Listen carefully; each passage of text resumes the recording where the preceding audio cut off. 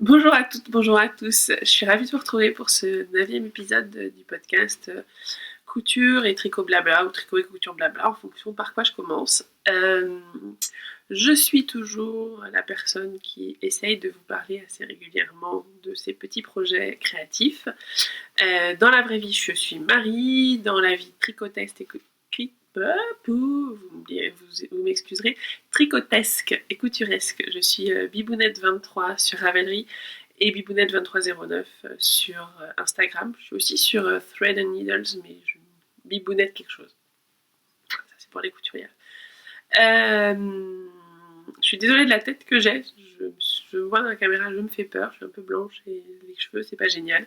Pour les cheveux, c'est normal. Ça va être comme ça pendant un certain temps. Je suis passée au shampoing sans sulfate parce que pour que mon cuir chevelu soit plus beau, mes cheveux a priori mieux. Bon, c'est pas encore le cas, hein, mais normalement d'ici un mois ou deux, ça devrait être mieux. Pour la couleur de la peau, il n'y a plus qu'à aller au soleil, quoi. Bon, voilà, on s'en fout un peu, vous vous en fichez de la tête que j'ai. C'est pas ce qui vous intéresse. Ce qui vous intéresse, c'est mes derniers projets, couture, tricot, voilà, etc. Tout ce que je blablate. J'espère que ça vous intéresse. Sinon, venez plus me voir. Non, sans rire. Merci beaucoup à tous pour tout l'accueil que vous faites à la fois à ces podcasts et puis à tout ce que je peux faire voilà, à la fois sur les réseaux sociaux, sur mon blog. Je vais vous reparler du tuto du sac à dos qui est, voilà, là. Ça me fait très plaisir. Voilà, ça m'encourage. Des fois, j'ai un petit peu de doute sur la laine. Je vous en ai déjà parlé. Voilà, ça m'encourage beaucoup. Donc, merci beaucoup à tous et à toutes. Je vais pas m'étendre non plus. Je vais pas y passer. Mais merci, merci, merci. Aujourd'hui, le programme va être assez classique, on va dire. Ça me fait des yeux, cette lumière. Ah, c'est mieux là. Bon, enfin, on s'en fiche. Le programme, c'est ça qui vous intéresse, c'est pour ça que vous venez normalement. On va commencer pour une fois par la couture. Voilà. Et puis je vous mettrai... la caméra est là, donc par là. À quel moment commence le tricot. Et puis je finirai, si ça vous intéresse pas, vous pourrez zapper. J'ai sorti un certain nombre de laines à teindre de différentes qualités pour vous montrer un peu la différence à la fois avant teinture et après teinture. Voilà, si ça peut vous intéresser, je me suis dit que ça pouvait être sympa. Donc, trêve de plaisanterie, nous allons donc commencer par la couture. Comme vous le savez, la fête de la laine, décidément, je suis désolée, je vais un petit peu avoir des moments bizarres aujourd'hui. La fête de la laine à Clamart, à côté de Paris, arrive bientôt, et donc je suis en plein teignage, teinture. Enfin, je teins plein de laine, voilà. Et j'ai un peu moins de temps le week-end pour faire de la couture, mais malgré tout, j'ai trouvé un peu de temps. Le premier, c'était il y a 15 jours, je crois, ou 3 semaines, je ne sais plus. Pour vous faire un tuto pour réaliser un sac à dos comme celui-ci. Je vais vous montrer plus en détail après. Le modèle du tuto est plus joli et plus propre, parce que celui-là, il a bien vécu déjà. Il faudrait que je le passe à la machine, j'ai pas eu le temps. Mais j'ai un mari adorable que j'aime par-dessus tout, etc. Qui l'a pris cette semaine, parce que c'est ça, il est beau, il lui plaît, machin. Et qui l'a pas ramené du bureau. Donc hier, quand je lui ai dit hier soir à 22h, hey, il est où le sac à dos pour que je puisse le montrer demain il m'a dit, ah, il est au bureau. Ok, merci chérie. Donc je vous mets une photo ici de celui qui donne lieu à un tuto, enfin, qui est un tuto, mais c'est globalement le même que ce sac à dos là.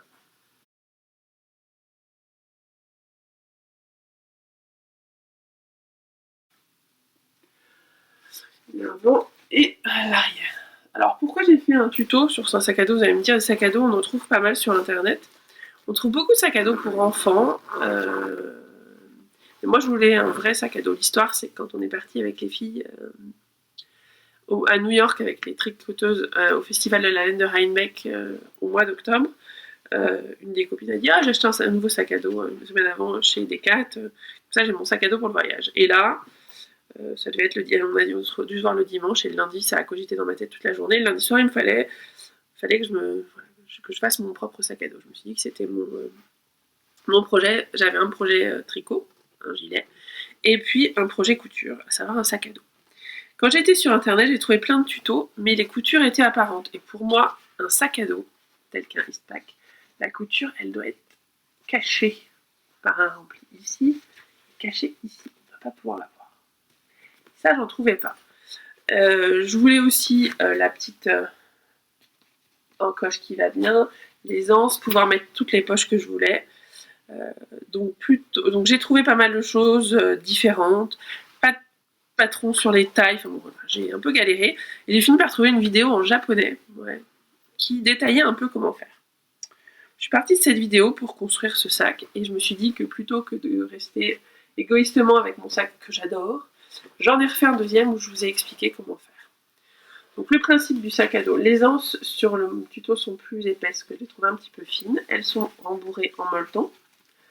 Vous avez sur le dos donc le petit lance avec attaché. Moi je mets une poche plate derrière, c'était très pratique.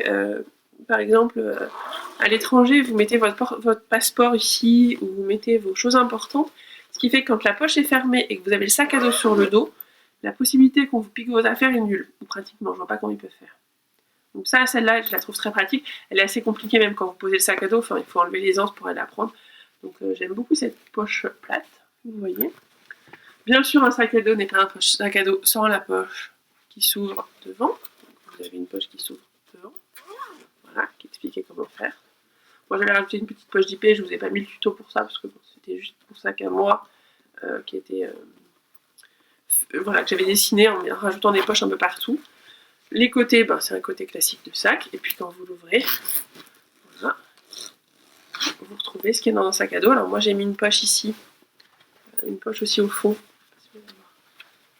Pas très bien. Voilà, une poche au fond dans laquelle je mets mon ordinateur, ce qui fait qu'ici j'ai mis un molleton de ce côté-là entre les deux épaisseurs de tissu, et puis j'ai remis un molleton ici dans la doublure, ce qui fait que mon sac à dos a un peu un petit cocon. Mon sac à dos.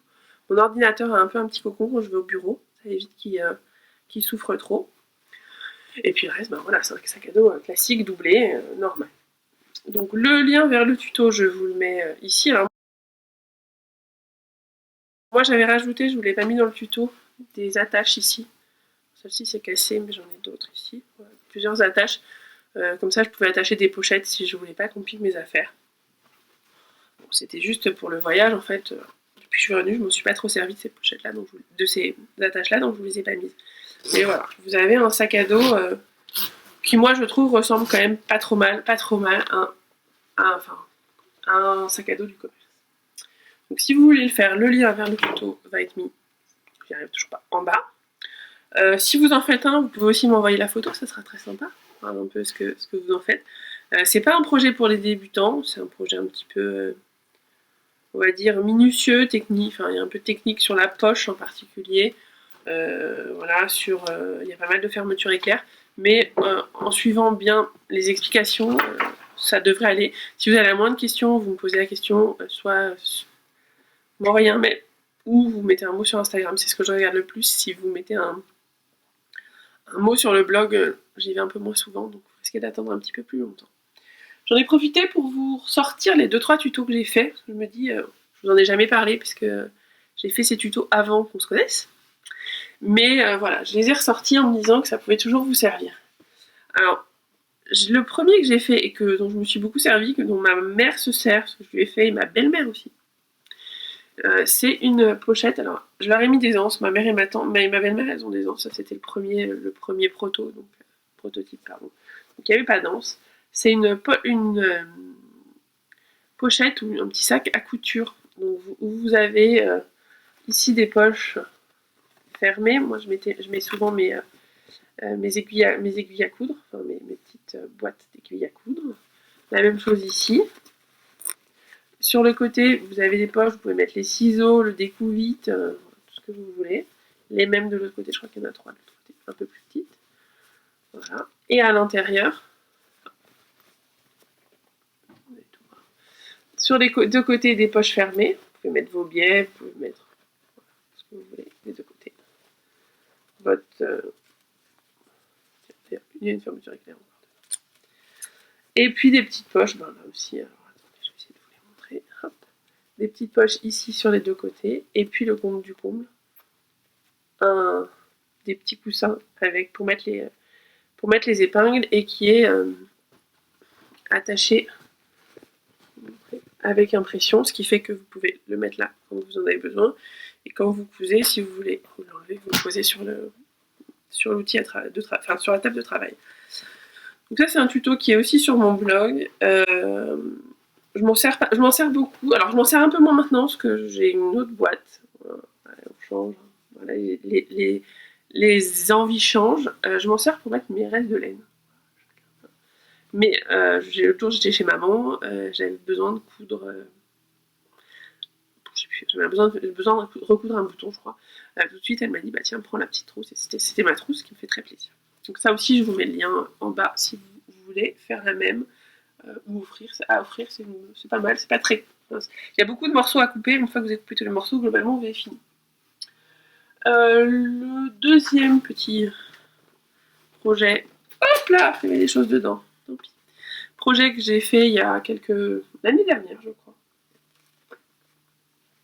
C'est une trousse à ouvrage de tricot qui n'est pas sans rappeler une trousse d'une marque anglaise ou américaine, bien connue, qui a fait le tour de la blogosphère. Donc la mienne est un peu plus... C'était la première que j'ai faite, j'en ai refait depuis où j'ai mis un petit peu plus... C'est un peu plus grand donc ça coulisse mieux. C'est une trousse où vous retrouvez à l'intérieur, là aussi,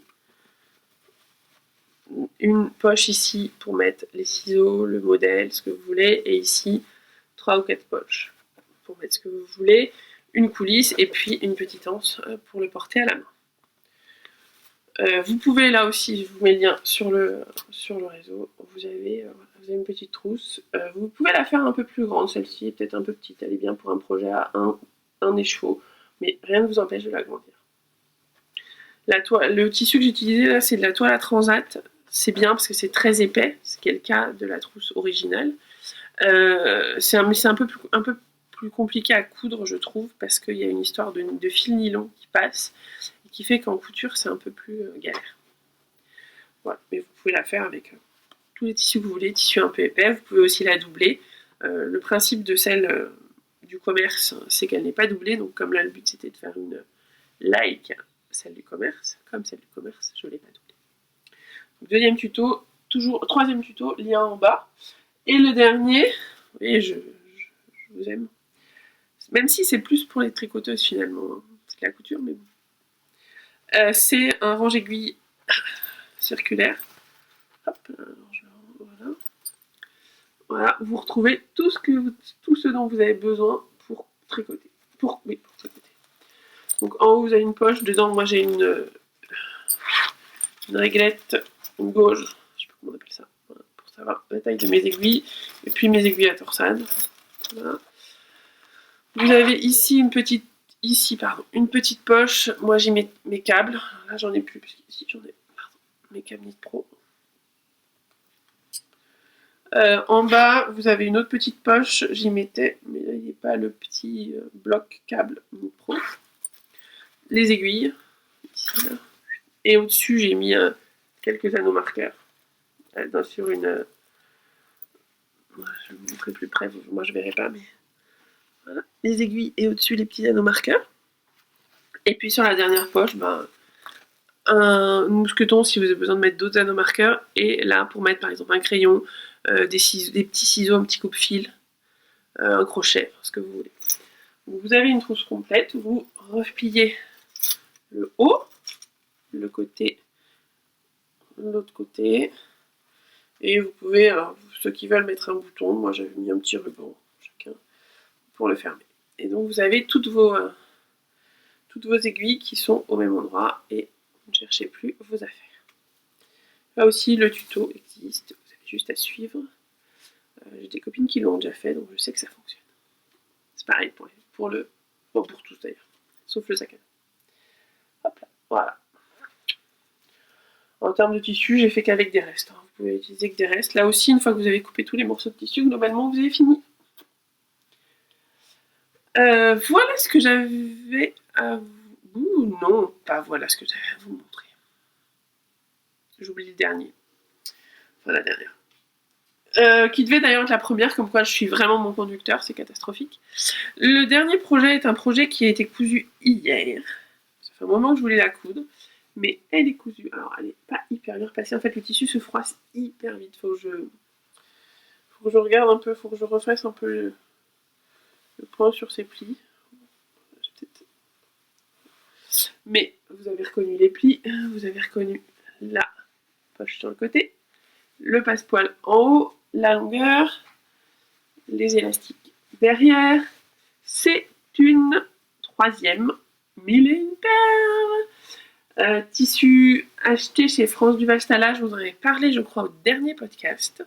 Je vous avais dit que c'était pour faire une mille et une perles. Ben voilà, je m'y suis mise hier. Et ma mille et une perles est prête. Alors comme toujours, les explications, c'est la 5e que je fais, 3e pour moi, mais 5e en tout que je fais, j'en ai fait une pour ma maman, une pour ma soeur. Donc ça commence à être assez facile, enfin, je suis très habituée.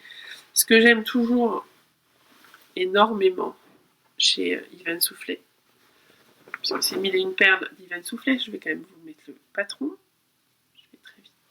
Voilà, je vais trop vite. Ce que j'aime, c'est les explications des finitions, ce qui fait que les finitions, ça c'est les élastiques derrière, j'en ai mis 3. Les finitions sont nickel. Sur les côtés, on travaille en couture anglaise, donc tout est parfait. La poche, moi j'ai pris la finition plus comme la dernière fois. La poche égancée, poser du billet. Et le bas étant bien rapporté. Vous avez vraiment une jupe que je trouve non seulement parfaite à l'extérieur, parce qu'en plus elle me va, ce qui est quand même top, ce qui est objectif, mais en plus à l'intérieur elle est très belle. Donc c'est le genre de projet, quand vous l'avez fini, qui est très très gratifiant. Alors le tissu, je trouve que ce pli là, il faut que je retravaille un peu ce pli là. Que je pense qu'il faut que je le repasse un peu différemment, parce qu'il tient pas bien. Mais j'ai vu ça, je viens de voir ça, enfin je vois ça en vous le montrant. Mais sinon elle est top, la couleur, le tissu, c'est une sorte de velours, mais très très fin. Je vais aller voir le velours. Je suis peut-être un peu sur le côté. Très très fin, qui fait très été. Et le passepoil, c'est un petit peu de Liberty. Oui. J'aime bien mettre un peu de Liberty de temps en temps. Il y en a là, j'en ai acheté 50 cm et j'ai même pas utilisé la moitié. Donc j'ai largement de quoi faire. J'aime bien faire les passepoils en Liberty, je les fais moi-même. C'est pas très compliqué. D'ailleurs, en parlant de ça, décidément, aujourd'hui c'est la journée des tutos. Je vais essayer de vous retrouver. J'ai fait une petite vidéo qui avait pas mal, enfin voilà, qui a priori vous avez plus sur Instagram, mais que j'avais pas mis sur le, je vais y arriver. Ici, c'est une petite vidéo de quelques minutes qui vous montre moi comment je fais mon billet. J'ai pas acheté de petit appareil pour faire le billet. J'ai mis une aiguille, une épingle en fait. Il y a longtemps, sur ma machine, sur ma planche à repasser, qui est à peu près avec un espacement à peu près de la taille d'un billet. Et je passe mon billet dedans. Je vous mets la vidéo. C'est plus simple, ça parlera mieux que ce que je suis en train de raconter, qui n'est pas du tout clair. Donc elle va passer maintenant.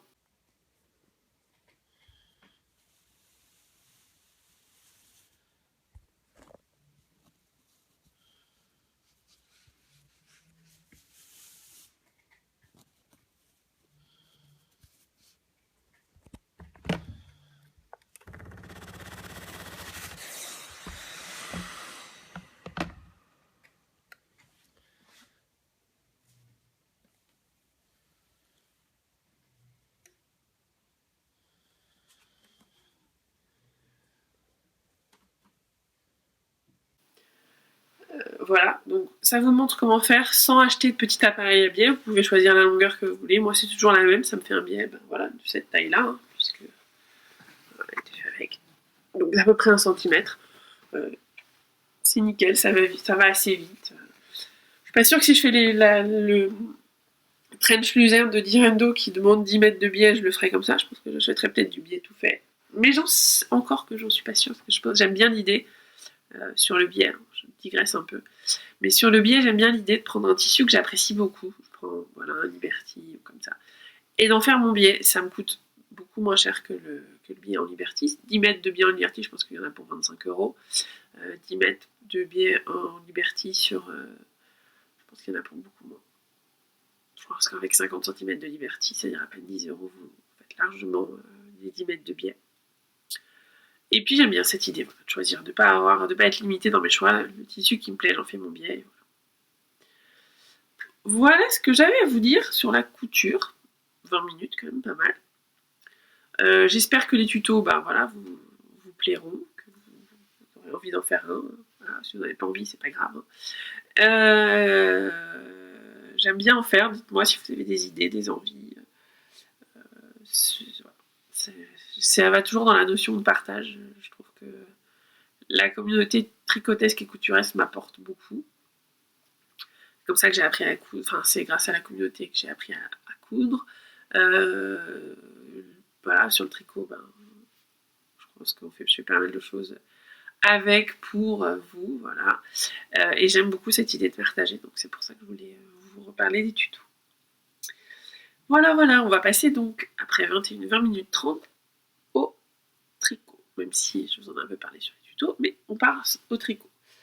Alors, projet fini, j'en ai qu'un, vous le voyez sur moi depuis tout à l'heure, il fait chaud, donc j'ai bien chaud.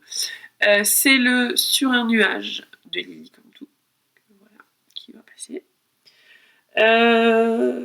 C'est un pull boxy, un peu trop boxy, enfin très boxy en fait. Je l'ai fait une taille en dessous de ce que j'aurais dû faire, pas pour les manches, parce que je l'ai trouvé pas assez large.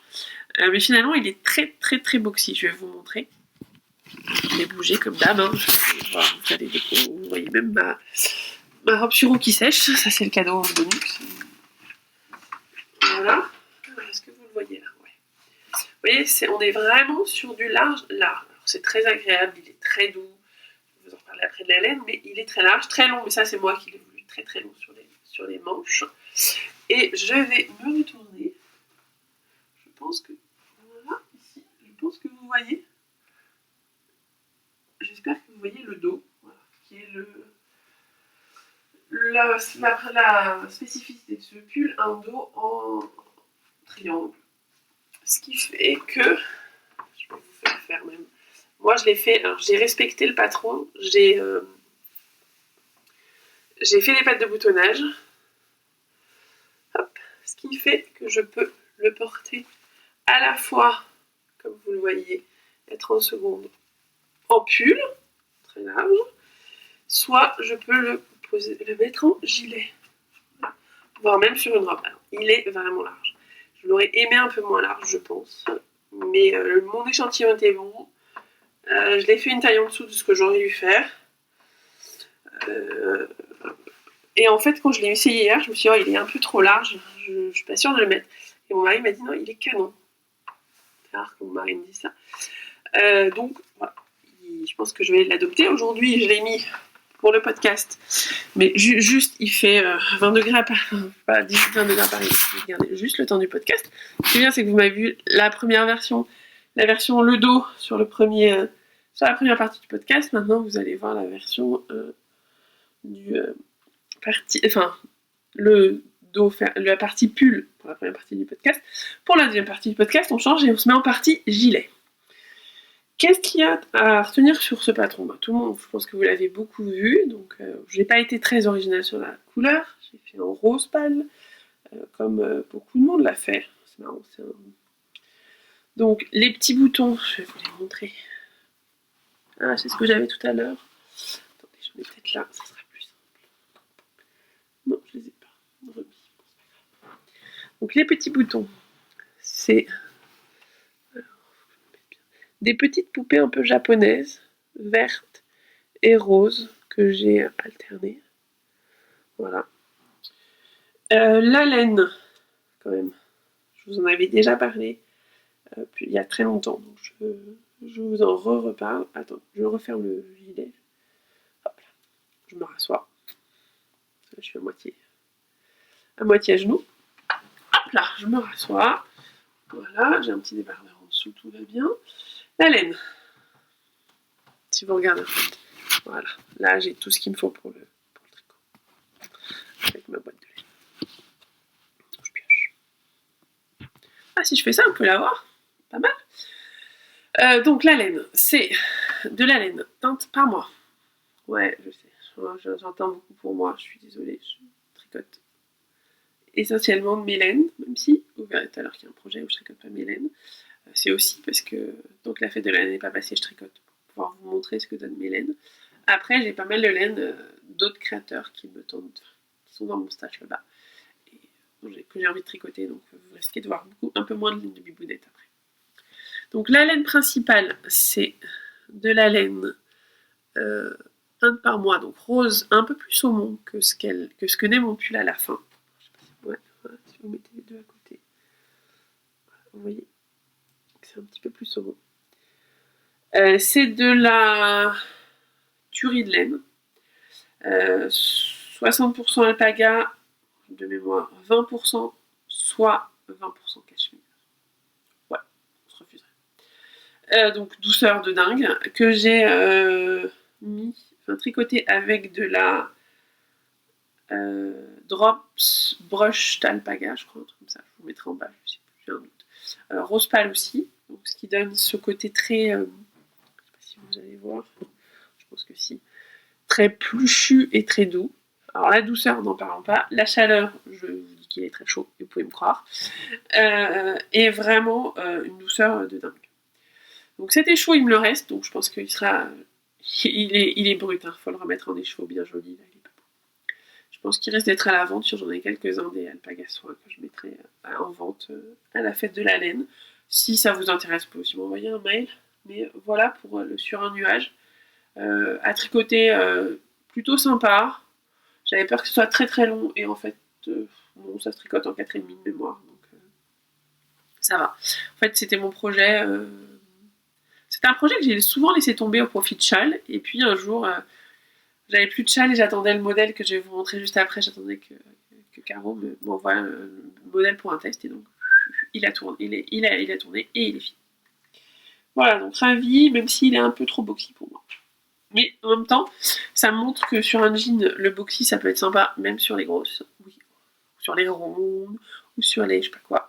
En réalité, c'est ça. Et ça me va très bien. Donc, je risque peut-être de faire le boxy que j'avais complètement éliminé de mes tablettes de Rory. Je crois que c'est de Rory dans le côté. Voilà pour sur un nuage. Donc, si vous avez envie, faites-le. N'hésitez pas. Plutôt pour l'hiver prochain.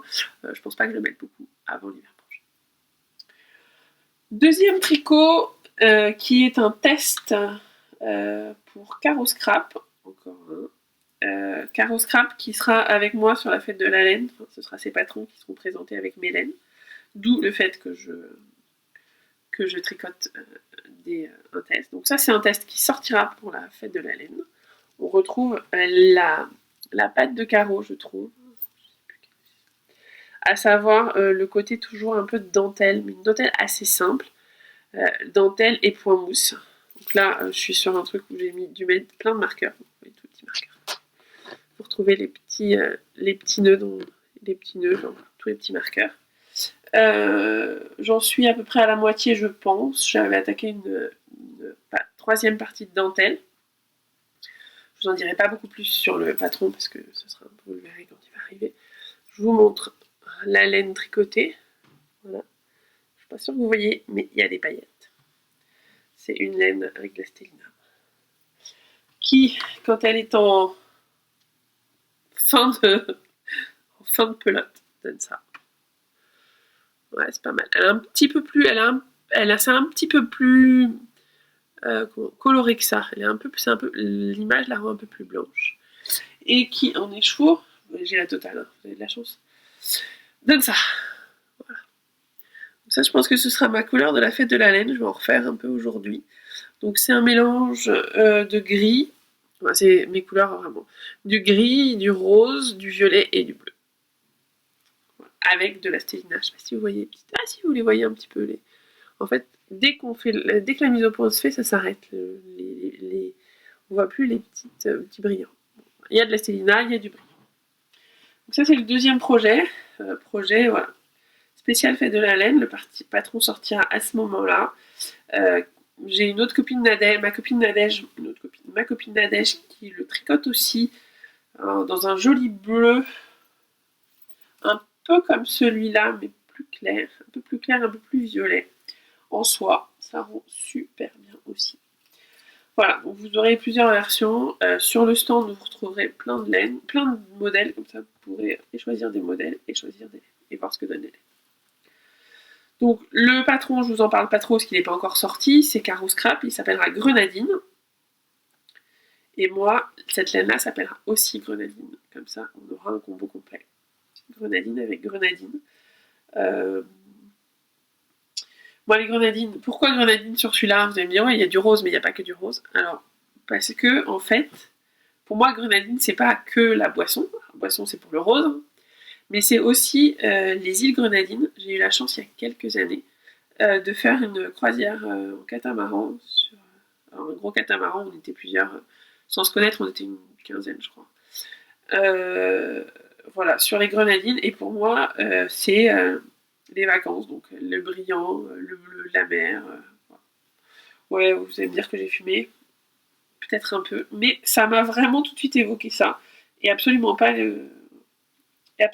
boisson. Comme quoi, des fois, sur un mot, on met des choses très différentes. Donc ça, c'est mon projet qu'il faut que j'ai. C'est le projet qu'il faut que j'ai. C'est mon projet qu'il faut que. Non, c'est le projet qu'il faut que j'ai fini plus tard le 22. Ça me laisse 15 jours. Je devrais y arriver. Je pense. Le deuxième projet en cours, c'est là encore un test, décidément en ce moment. Moi qui avais dit, oh, je sais pas si je continuerai à faire des tests, finalement, ça m'amuse. Enfin, cela, j'ai dit oui avec grand plaisir.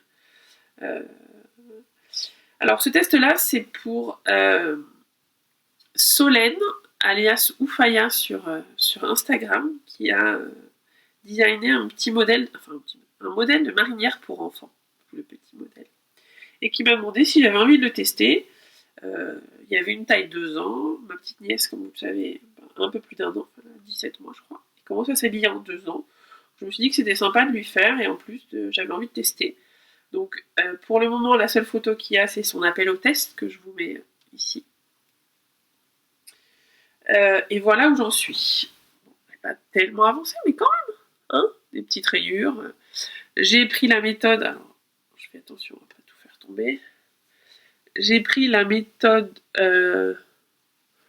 Drops pour cacher les changements de couleur, pour pas qu'on voit les échelles. Hein. Je trouve que honnêtement, on s'en sort pas si mal. Ici et ici, on s'en sort pas si mal. On verra quand il sera fini, mais je trouve que c'est pas mal. En termes de laine, bah là on est sur du enfant compatible, bébé qui mange tout seul sa compote et qui donc peut en faire tomber, compatible machine à laver. J'ai pris du classique mais que j'aime beaucoup tricoter. Je trouve que c'est une des laines avec acrylique que j'apprécie vraiment de tricoter, qui est là. Partner 3,5 de chez Fila. Couleur, la première, ça doit être écru, et la deuxième ciel, pas très original. Et puis pour le petit col que vous avez vu qui était rouge sur la photo que je vous ai mis, j'ai pris du... Ça se commande pas, c'est très très drôle. La couleur s'appelle Grenadine. Comme quoi, décidément, j'ai un truc en ce moment avec la grenadine. Donc c'est un espèce de corail. Il est plus foncé que ça hein, dans la réalité. Là, il fait vraiment orange. En vrai, il est plus rose, un peu pétant. Donc voilà, les 3 couleurs. Ça aussi, ça monte. C'est un peu le truc pas de cerveau, ce qui est très bien, parce qu'en ce moment, quand je finis de teindre la laine, il est souvent 22-23 heures. Et je fais plutôt le midi au bureau la dentelle de carreau, les rangs, je peux les faire le soir, et puis celui-là, c'est quand j'ai... Soit je l'emmène dans les transports, soit je le fais quand je suis KO et que ça fait du bien de faire juste du mousse. Voilà pour mes projets en cours. Mes projets à venir, alors j'en ai un à venir, j'ai hâte d'être le 22 avril, j'ai vraiment hâte d'être le 22 avril. Alors 2 choses, d'abord parce que je fais un tricoté avec des copines, coucou les filles, et le deuxième, c'est que je vais pouvoir tricoter cette tuerie de laine. Alors, c'est de la laine. Là aussi, que j'ai, qui est de la laine à teindre, en fait. Qui est complètement brute. Hein. Là, je l'ai reçue, je l'ai juste mise en défaut, j'ai rien fait. Dans la réalité, un petit peu plus marron. Un peu plus gris marron. Ouais, un peu plus marron. Et je vous l'ai mis aussi en pelote. Ah, là, on voit mieux. Je trouve qu'en pelote, c'est un peu mieux. Enfin, la couleur est plus... Ouais, là, on n'est pas trop loin. C'est de la laine. Alors, pourquoi j'ai acheté cette laine et que je me suis dit que je l'attendrais pas. On a fait une commande groupée avec les filles il y a quelques semaines. On fait de temps en temps des commandes groupées de laine à teindre. Là, il se trouvait que moi, j'en avais besoin, donc je leur ai proposé de se joindre à moi. Et certaines d'entre elles ont pris cette laine-là, qui est composée, tenez-vous bien, de 60% de mérinos, bon, jusque là, tout va bien, 20% de soie, vous voyez que ça brille, le côté un peu brillant de la soie, on en reparlera tout à l'heure, et 20% yak. Alors c'est le dessous du poil de yak, un truc comme ça. Et là, c'est juste une tuerie absolue. C'est doux, je pense que le point va être très bien dessiné, et la couleur, elle est top, quoi. Ça vaut pas le coup de le teindre. Qu'est-ce que je vais faire de ces jolis échos? Parce que je vous parle depuis 3 minutes des échos, mais je vous ai même pas dit quel est le modèle que je vais faire. Alors le modèle, c'est un modèle sur lequel j'ai flashé quand elle l'a fait en me disant il est sympa, je suis pas sûre qu'il soit pour moi. C'est le modèle de Marie-Amélie qui s'appelle Champagne. Je vous mets là aussi le patron, enfin la photo. Et elle l'a décliné et c'est là où j'ai craqué. Et je savais que ce petit chandail serait à moi. Oh, gilet! Et moi, vous savez, les gilets, hein, c'est mon truc. D'ailleurs, j'ai participé au Me Made Month où tous les jours, tous les 2 jours, on met une photo de vêtements, de ce qu'on porte sur nous en ayant toujours un habit tricoté ou cousu main. Et je me suis rendu compte que j'avais aucun souci à avoir des vêtements différents faits par moi tous les jours. Mais en revanche, les gilets, c'était souvent des gilets Benetton que je manquais cruellement de gilets. Donc, je me suis dit, je vais en prendre. Je vais en tricoter. Il s'est trouvé que j'avais flashé sur Champagne, donc version gilet qui s'appelle Eau gazeuse. C'est amusant. Et en plus, 3 filles, je mettrai votre nom en bas, les filles, j'ai zappé, j'ai oublié votre nom, je suis désolée. On lancé un cal qui commence le 22 avril, d'où mon attente absolue du 22 avril, pour qu'on le fasse ensemble. D'ailleurs, je sponsorise ce cal, donc il y aura un des chevaux à gagner. Alors, pas de celui, peut-être celui-là, tiens, ça peut être une bonne idée, je verrai. Donc, la laine de malade, le modèle génial, en plus, vraiment top. Moi, je ferai pas le volant, je ferai sur le gilet, elle a mis une version, là, il y a de la dentelle et high cord. Je pense que ça va être génial. J'ai hâte. Voilà pour le projet à venir. Et cette laine aussi peut me permettre de faire la transition sur ce que je voulais évoquer avec vous en dernier.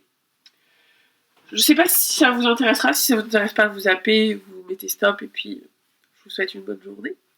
Sinon, ce que je voulais vous proposer, c'était de regarder un peu toutes les laines avant alors, j'ai pas toutes les qualités possibles et imaginables. On va se calmer. Sur moi, j'en ai 6 ou 7.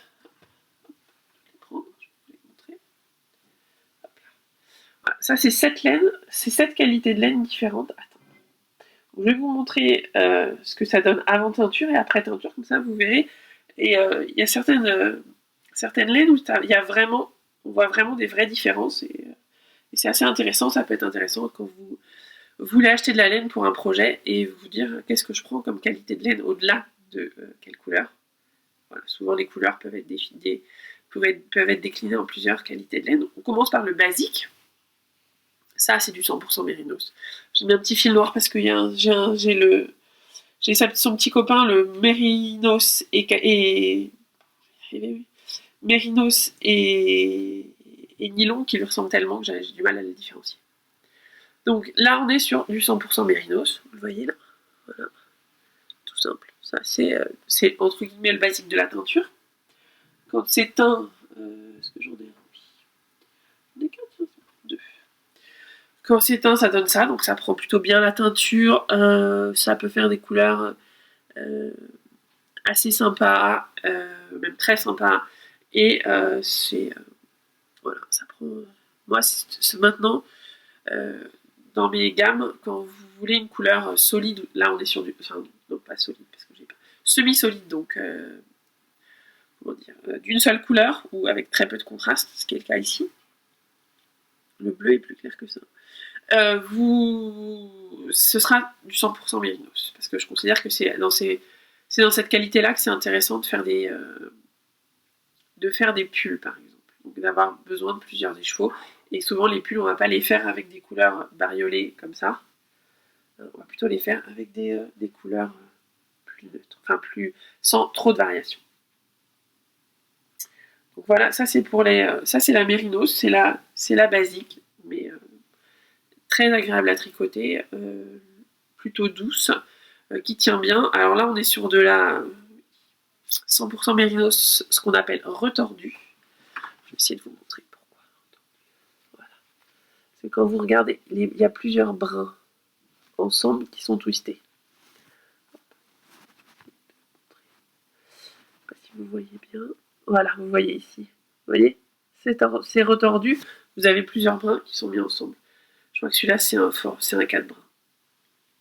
Vous avez la même qualité de laine, à savoir toujours 100% bien. Là, on est sur de la fingering. Je vais juste vous montrer ici. La DK.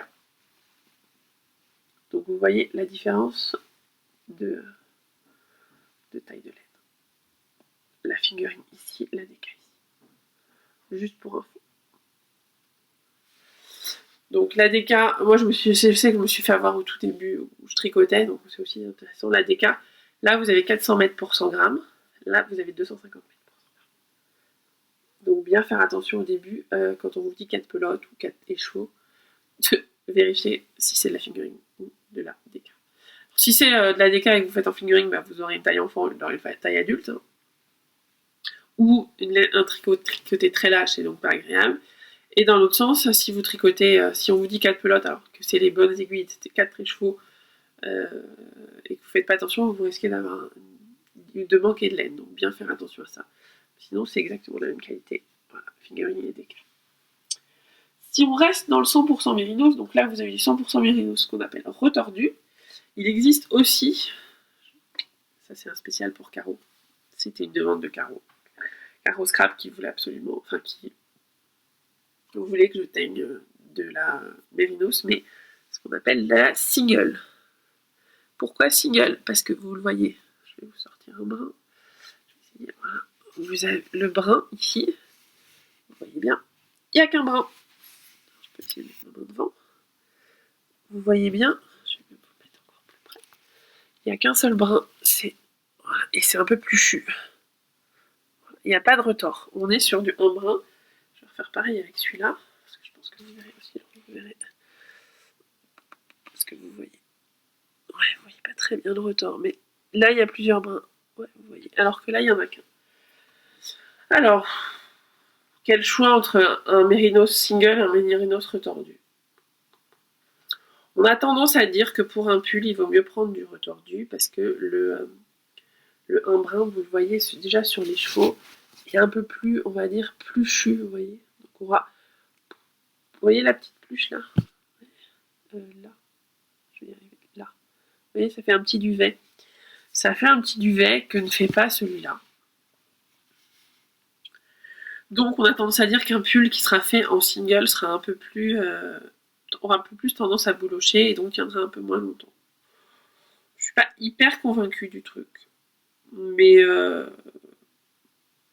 c'est vrai qu'il vaut mieux mettre si vous tricotez un châle à 2 ou 3 écheveaux, il vaut mieux mettre du single avec du single et du retordu avec du retordu. En même temps, c'est pas un crime de lèse-majesté si vous avez dans votre stache un écheveau qui va bien avec un autre, qui en a un retordu, un pas retordu. Voilà, on va arrêter de se compliquer la vie. Les deux sont du 100% mérinos. Si les deux couleurs vont bien ensemble, que vous avez le même métrage, allez-y quoi. Donc, et quand on l'a teint, cela donne ça. Donc ça donne une impression. Alors celui-là il a été remis en écheveau, hein, donc il est passé en plate, il a été remis en écheveau. Ça donne une impression, la single. Vous voyez toujours le petit côté un peu plus chu, un petit peu de duvet au-dessus. Et vous voyez aussi que ça a ça donne une impression un peu plus rustique. Vous voyez, les chevaux, il est moins beau que peut l'être son petit copain en retordu. Alors, c'est pas les mêmes couleurs, c'est pas le même bain, il n'y a pas d'inquiétude à avoir. Les couleurs sont à peu près les mêmes quand on prend le même bain. J'ai fait l'exercice hier, j'ai juste pas eu le temps de remettre en des chevaux. Celui-là, en retordu, vous avez la même couleur, voilà. Mais vous voyez, il donne un petit côté un peu plus rustique. Mais quand vous allez le tricoter, ça se voit plus. Et ça reste, je pense que c'est plus doux au tricot encore que le mérinos classique. Voilà pour mes mérinos, tout court. Maintenant, on va leur ajouter des choses. Il est bien le mérinos tout seul, mais on va lui ajouter des choses. Alors, on va commencer par lui ajouter un peu de solidité. Il est là, pardon, ça c'était le mérinos. Oula. On va lui rajouter un peu de solidité. Alors, c'est celui-ci. Alors là, honnêtement, à l'œil nu, vous allez me dire, ouais, c'est la même chose que celui d'avant. Je suis d'accord. D'accord. Alors, même si, faites voir. Non, à la caméra, on voit des choses qu'on voit pas ailleurs. J'ai l'impression. Je fais les tests en même temps que vous.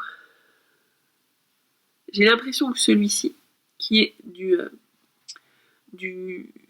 mérinos et du nylon, j'ai l'impression qu'on voit des petites différences de couleur à l'intérieur. Du blanc et du beige, comme si on voyait un peu le nylon qui serait plus blanc.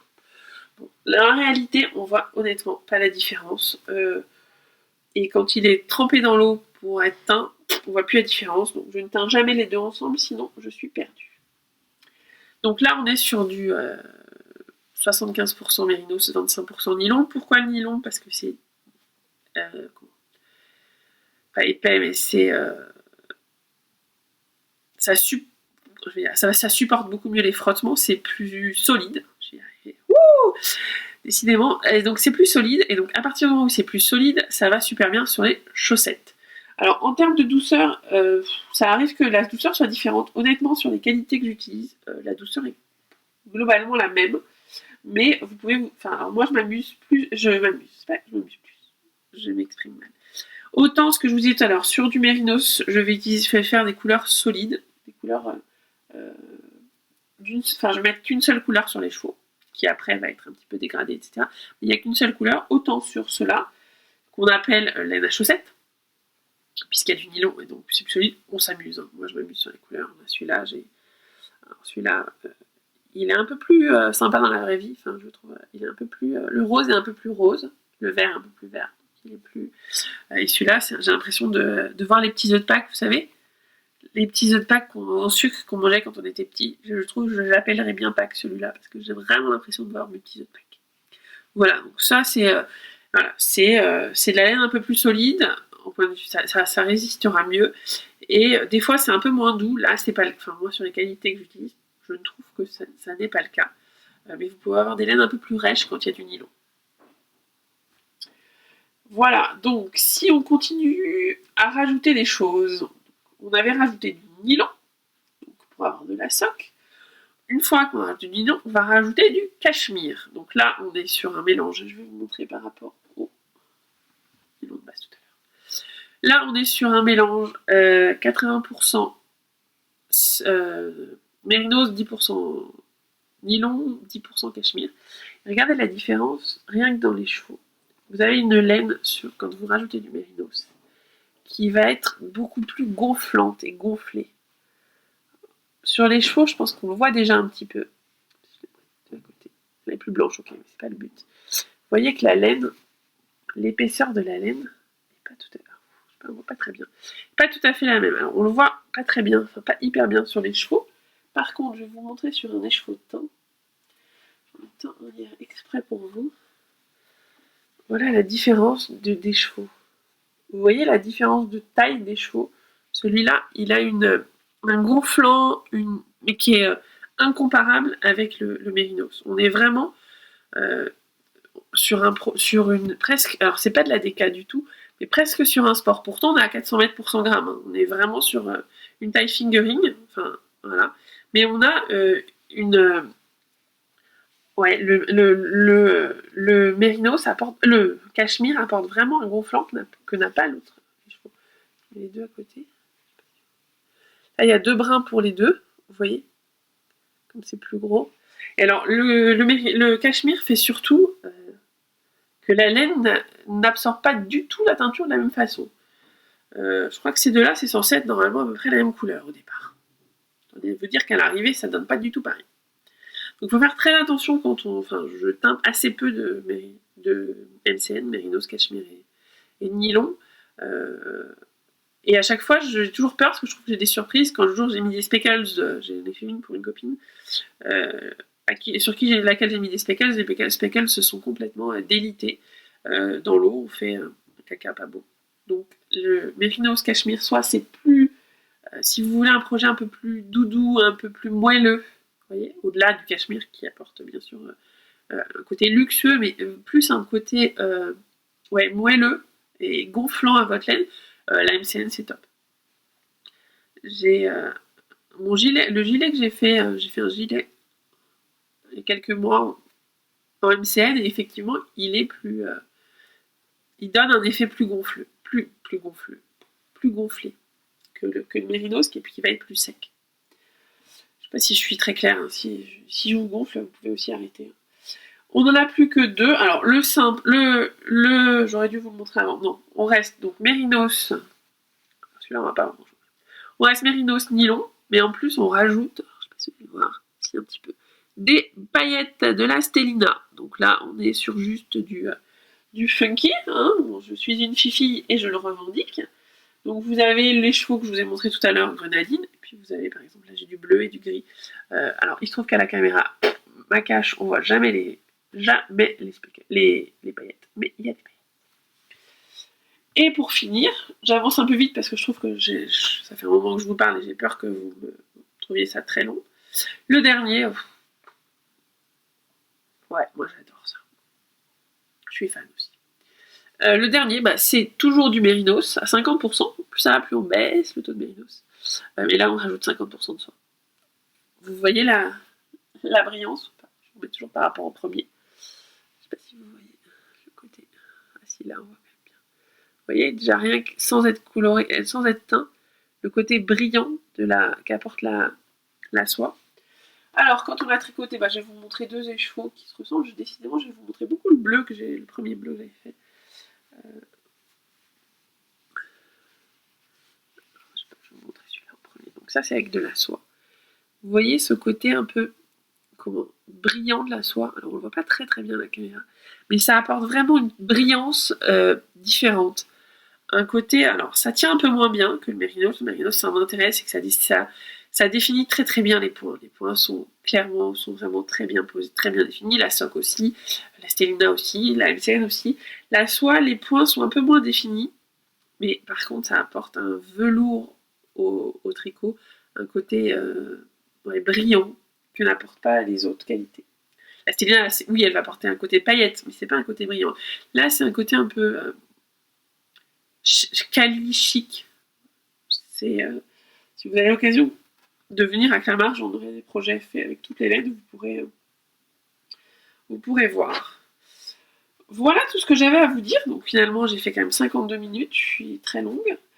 J'espère que la dernière partie vous a pas trop gonflé. Voilà, je me disais que ça pouvait être intéressant, comme en ce moment je suis à fond dans les différentes qualités. Si ça vous a embêté, dites-le moi. Et puis surtout, j'espère que vous avez zappé avant la fin. Quoi qu'il en soit, si vous êtes arrivé jusque-là, je vous souhaite à toutes et à tous. Pour finir, je vous remets le petit. Ouais, il y a aussi, ça peut être aussi collier de bonbons, mais je crois que ça a été pris par l'île Neige et j'ai pas envie de me prendre un procès parce que j'utilise un nom qui est déjà utilisé. Donc ce sera plutôt petits œufs de Pâques. Sur ce, voilà, j'aime beaucoup, donc je vous le montrais la dernière fois, je suis folle. Sur ce, je vous souhaite à toutes, à tous, un bon dimanche si vous me regardez aujourd'hui, une bonne journée si vous me regardez un autre jour, une bonne nuit si vous me regardez en pleine nuit et que vous êtes insomniaque. Voilà, la vie est belle, profitez-en bien, profitez du printemps qui arrive, ça c'est top. Et puis, à très vite. Plutôt après la fête de la laine, je pense. Je vous fais des bisous et je vous dis à très bientôt.